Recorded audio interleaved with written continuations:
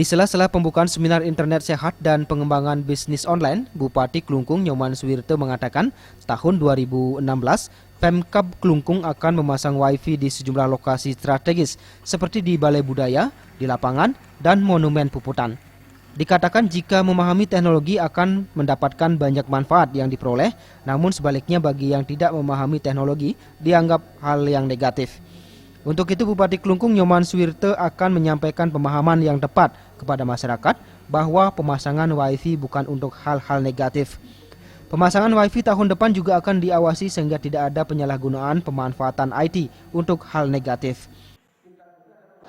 Itu memang target saya, karena kalau kita memahami IT secara sempit, apalagi kita yang tidak paham IT, tentu selalu kita memandang IT suatu hal yang negatif.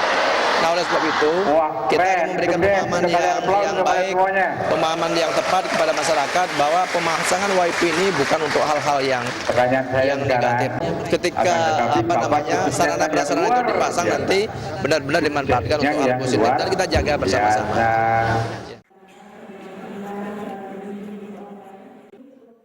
Pera Widya dan Ari Wiratmaja, Bali TV.